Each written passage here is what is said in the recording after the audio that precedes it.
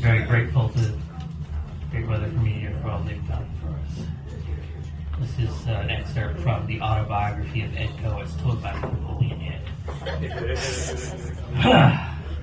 When I was your age, we had to walk 10,000 miles to school in a blizzard with no shoes, up hills both ways, chased by wild dogs, shot at by Marxist guerrillas with bazookas, while Allied bombers bombed our villages. Kamikazes crashed into us. Poisonous snakes bit our ankles, which were rare because we didn't have no pants. And our dicks got bit by the snakes. And our balls got caught in the thorn bushes. And the thorn bushes were on fire. And we caught on fire. And we didn't know how to put a fire out because we were ignorant. They didn't teach us stop, drop, and roll in school. They teach us put out the fire with liquid. We were running past the gas station. So my friend Nino tried to put out the fire with gasoline. We blew up. It was just like a towering inferno. When we got to school, they punished us for being late. They tied us to the telephone pole and beat us with the stick.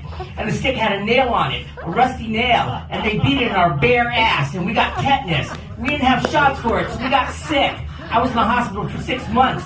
When they finally let me out, they beat me again for missing school. Then they tied me up to beat me. They used a machete. And this time they tied us all together with barbed wire. They pulled our pants down and beat us with the machete. We were bleeding all over the place. And Principal, Sister Mary Margaret, she told us how bad we were and how bad boys go to hell for doing bad things, like telling lies and playing with their dinglings, and how bad things happen to them, like being grilled naked over a pit of fire, being skinned alive while the devil pours salt on them. And then the dogs would lick the salt. And then she licked our wounds and she spit on them. And Sister Teresa Thomas whipped us with her rosary. And Sister Bridget Boniface, she shoved the crucifix up our ass. And Sister Chastity, the chastiser, she stuffed her crotch in our face, and it smells like seaweed. And all the while, Father Francis, the fuckface, he fucked us up our ass. We couldn't do nothing about it. We had to sit there and take it, and we did because we had to. Not like you pussy-ass kids today, with your Walkman and your school bus and your fancy-ass cassettes.